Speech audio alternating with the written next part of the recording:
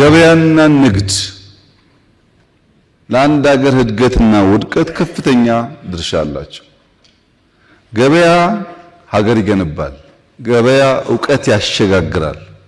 ገበያ ስልጣኔ ያመጣል። ያኗኗር ዘዬ ይለውጣል። እናንተ ባንኮክ፣ ቻይና፣ ዱባይ በሄዳችሁ ቁጥር በሸጣችሁ በገዛችሁ ቁጥር ብዙ ነገር ትማራላችሁ። ያን ደግሞ በደረጃው እዚህ ያመጣችሁ ኢምፕሊመንት ታደርጋላችሁ። ገበያ ዝም ብሎ ብር የሚገኝበት ብቻ ሳይሆን ስልጣኔ የሚቀዳበትም ሀገር የሚገነባበትም ለአንድ ሀገር ኤግዚስተንስ ህልውና በጣም ወሳኝ ነገር። ገበያን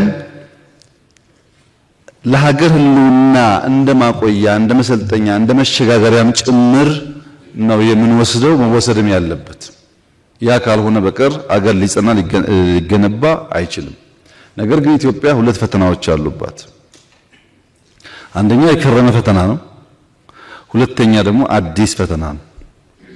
መንግስታት አሮጌውን ብቻ ቢጠግኑ፣ የትናንትናውን ችግር ብቻ ቢፈቱ ነገ ደግሞ ስለሚያመልጥ ተመልሰው ትውልድ የተጠገነ ትናንትና ግን ያልተሰራ ነገ ስለሚረከብ መከራው ይቀጥላል።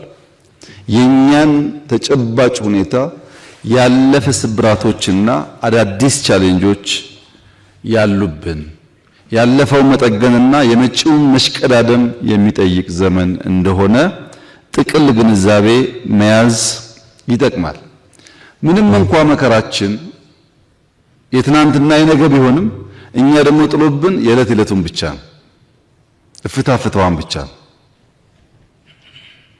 የውስጥ ጉዳዮቻችን ብቻ እንጂ ወጣ ብለን ሰብሰብ ብለን በዋና ዋና ዘላቂና ሀገራዊ ጉዳዮች የመምከር ባህሪ የለም። ሁሉ ጉዳዮች አይታችሁ ከሆነ የዛሬ ብቻ ነው። ነገን ታሳቢ ያደረጉ ምክክሮች ስለማናደርግ ብዙ ጅምሮቻችን መልካም ስራም ቢሆኑ እንቅፋታቸው የበዛ ነው። ይሄ ነጋዴውም በኢንዱስትሪ የምትሉትም በግብርና የሚባለውም በሁሉም መስክ የሚያጋጥም ችግር።